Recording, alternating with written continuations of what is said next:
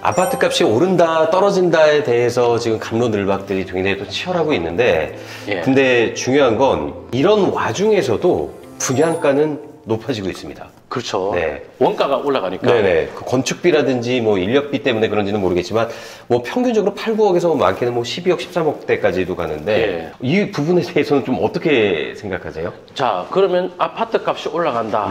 그런데 사람들의 소득은 같이 안 올라가면 분양성이 떨어질 수도 있겠죠. PF 하는 사람, PF 대출이 지금 안 되잖아요.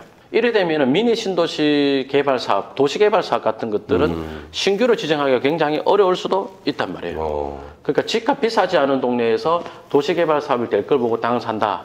아, 이건 굉장히 오래 걸릴 수도 있죠. 예, 그 대신에 또 건축비가 올라도 도시개발 사업이 무조건 될 만한 집값 비싼 동네도 있잖아요. 그런데 녹지 지역들은 괜찮을까요? 예, 그런데 또 괜찮죠. 그리고 또 뭐 지금 진행 중인 도시개발 사업인데 입주를 앞두고 있다.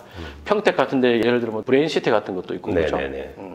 그런 것들은 또 뭐 주변에 토지 살만한 것들이 들어있죠. 근데 브레인시티가 이제 주변에 녹지 지역이 좀 오르긴 했어요. 네. 근데 브레인시티가 2008년도에 지정을 하고 2016년쯤인가 보상 들어갔을 거예요. 16, 17 그 무렵에 보상 업무에 들어갔거든요. 그러니까 그 동네가 낙후된 데가 10년 이상 개발이 묶이다 보니까 낙후된 데가 되게 많아요.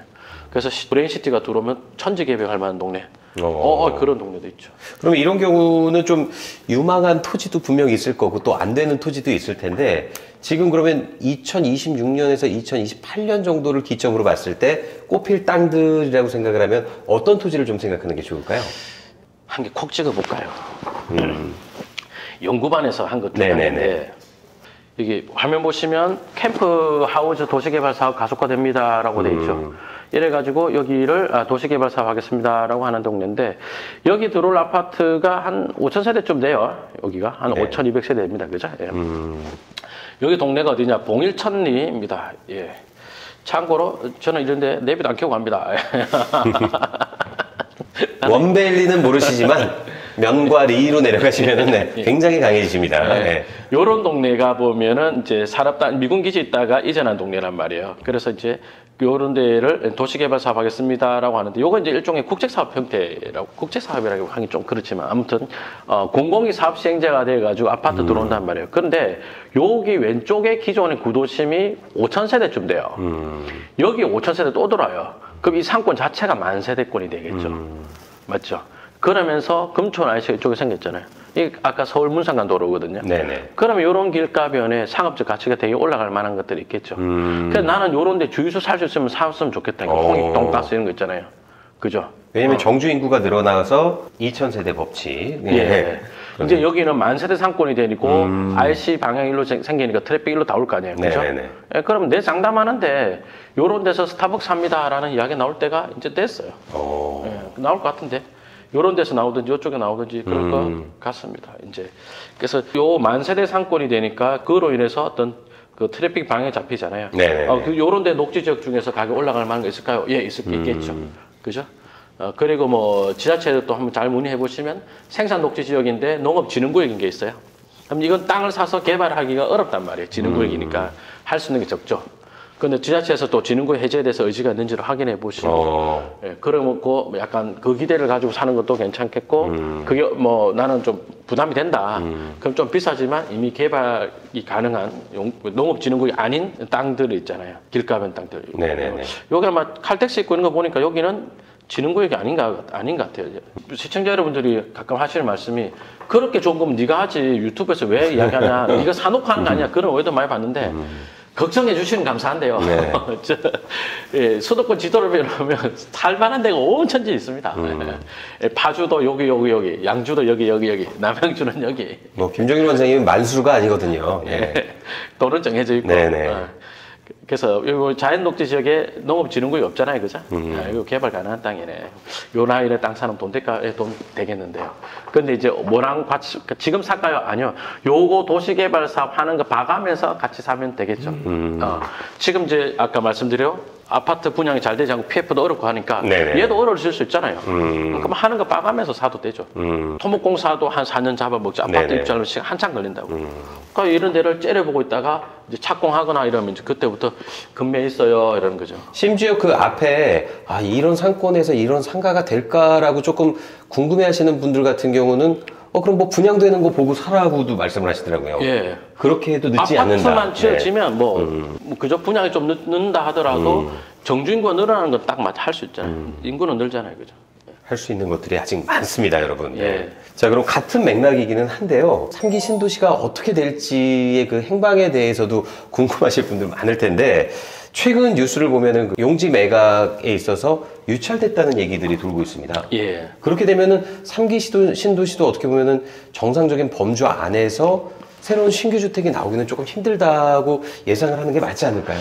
그러니까 신도시 아파트 용지가 1,900만 원, 장릉 신도시 그 정도 했죠. 근데 유찰됐단 말이에요. 그게 이래 되면 이제 그러면 아파트 공급 안 할 거냐?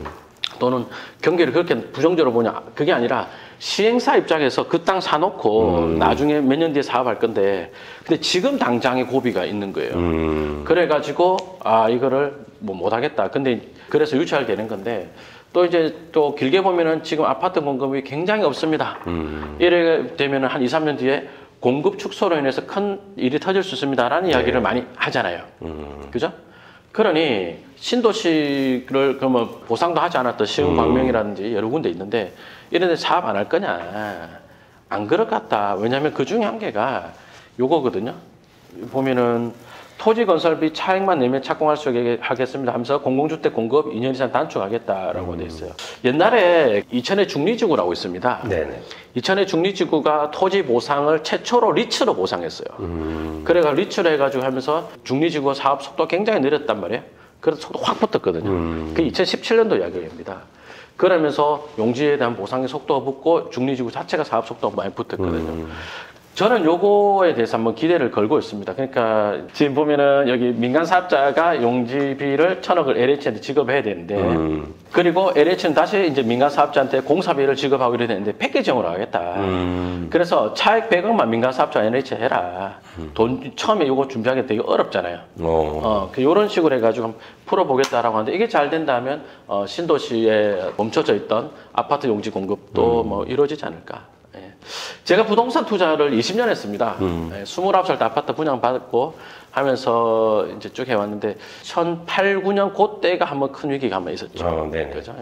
8, 9년 넘어갈 때 그때도 이제 주택 경기 한번 침체가 있었습니다. 네네네. 그리고 이제 지금 한 2번째 맞는 것 같거든요. 제가 그 시절에 공부를 단단히 잘 했죠. 시청자 여러분 이 이야기 잘 들어보세요. 제가 영상이든 글이든 이런 이야기를 한 적이 있었습니다. 나는 2023년 부동산 투자가 어려워질 것 같은데 되게 자신 있다. 그런 이야기를 많이 했었습니다. 왜 그랬냐? 저는 2008년부터 2013년 동안 주택 경기 되게 안 좋았을 때 그때 특히 토지를 경매로 취득하면서 재미를 많이 봤거든요. 그때 자산을 많이 불렸단 말이에요. 그러니 지금 그때의 어떤 경험치가 있으니까 그게 또 재현될 수도 있겠구나. 되게 신이 나는 거예요. 정말로 신이 나서 저는 2023년을 기대를 했고 사실 23년도에 투자를 많이 했고 아마 큰 이변이 없다면 이번 주 목요일에도 모처에 주유소 부지를 아마 계약하러 갈 것 같습니다. 네네. 제가 GS 출신인데 GS 강남타워에 계약하러 갈 것 같거든요. 김종일 원장님께는 어떻게 보면 위기가 꼭 기회가 되는 거예요. 그죠? 예, 그런데 시간이 지나서 다시 호재가 있는 지역 땅값 쭉 올라가 버리니까 이럴 때 흔들리지 마시고요. 이럴 때 여러분들이 공부를 한번 단단히 해보십시오. 그러면 평생 써먹을 토지 투자잖아요. 이렇게 거치 파도가 있을 때 제대로 된 연습을 한번 실력 한번 키워보십시오. 그러면 다음에 이런 파고가 있을 때도 자신 있게 헤쳐나가는 큰 힘이 될 겁니다. 여러분 무엇보다도 아직 꽃필 땅들이 많다고 하셨습니다. 흐름과 용도를 또 잘 읽어서 꼭 토지 투자라는 게 길게 꼭 갖고 있어야만 되는 게 아니라는 걸 저도 요즘 많이 깨닫고 있거든요. 강남역 1번 출구 1분 거리에 있는 김종률 아카데미에 오셔서 저희와 함께 2024년도 성공하는 토지 투자, 성공하는 상가 투자, 모든 투자의 꽃 피워보시기 바라겠습니다. 저희는 앞으로도 여러분 좋은 컨텐츠로 찾아뵙도록 하겠습니다. 시청해주신 여러분 감사합니다.